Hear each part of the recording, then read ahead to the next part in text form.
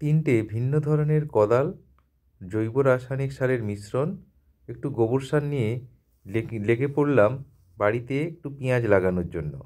সারের মধ্যে নিয়েছি খোল, শিংকুচা, হাড়গুঁড়া 14-35-14।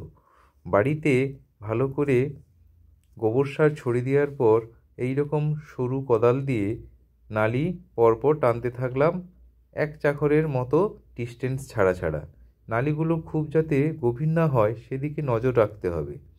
আর তারপরে নালি বরাবর এইভাবে সার ধীরে ধীরে ছড়িয়ে দিতে হয়। ছড়িয়ে দেওয়ার পর এই নালিতে মোটামুটি ভর্তি করে জল দিয়ে দেবেন।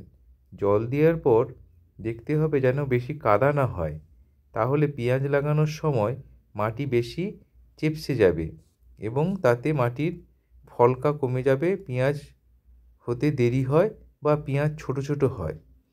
আর তারপরে আপনি চলে গেলাম চারা উবড়াতে। এই পেঁয়াজ তলাগুলো আগে থেকেই ফেলানো ছিল। প্রথমে খুসনি দিয়ে পেঁয়াজের গোড়াটাকে এইভাবে উবড়ে দিয়েছি, দিয়ে দোহাত দিয়ে মাটিগুলোকে ঝাড়িয়ে নিয়েছি। তারপরে সামনে রাখা বালতিতে জলে এই পেঁয়াজ চারাগুলো ডুবিয়ে দেব। ডুবিয়ে দেওয়ার পর যাতে বেশিক্ষণ ভালো থাকে সেই জন্যেই জলে ডুবিয়ে দেব। তাছাড়াও মাটির যে শিকড়ে যে মাটিগুলো লেগে আছে সেগুলোকে একেবারে ধুয়ে ফেলবো, কারণ যখন আমি চাষের জায়গায় এই চারাগুলো পুঁতবো তখন যাতে কোনো সমস্যা না হয়, মাটি থাকলে সমস্যা হতে পারে। তাই চারাগুলোকে এইভাবে বালতিয়ে সুন্দর করে সাজিয়ে নিয়েছি। সাজিয়ে নেওয়ার পর চলে যাব লাগাতে। দেখতে পাচ্ছেন পেঁয়াজ একটি গুচ্ছমূল, এই শুধু মূলটি মাটিতে পুঁতব। বেশি মাটিতে পুঁতা হয়ে গেলে কিন্তু পেঁয়াজ সরু লম্বা হয়, গোল হবে না। তারপরে একটি নির্দিষ্ট দূরত্ব ছাড়া ছাড়া আপনি 4-5 আঙুল ছাড়া ছাড়া কী করবেন, এই পেঁয়াজগুলোকে পুঁতে দিতে পারেন।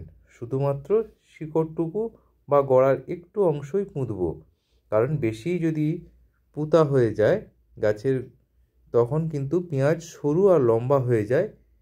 সেই জন্যে হালকা একটু মাটিতে পুঁততে থাকবো। এইভাবে লম্বা করে সারি বেয়ে আমি পেঁয়াজ চারাগুলো লাগিয়ে নিই।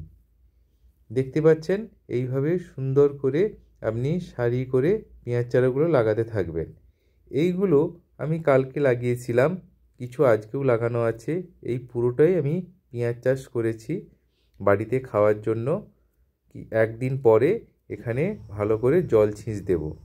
এইগুলো আমার পেঁয়াজ তলা, দেখতে পাচ্ছেন এই তলাগুলোকেই আমি উপরে লাগিয়েছি। বেশ সুন্দর পেঁয়াজ তলা হয়েছিল। এই পেঁয়াজ তলাগুলোকে একটির পর একটি চারা উবড়িয়ে ভালো করে ধুয়ে আমি ওখানে লাগিয়েছি। এই রকম আপনি পেঁয়াজ হবে 1 মাস পরে।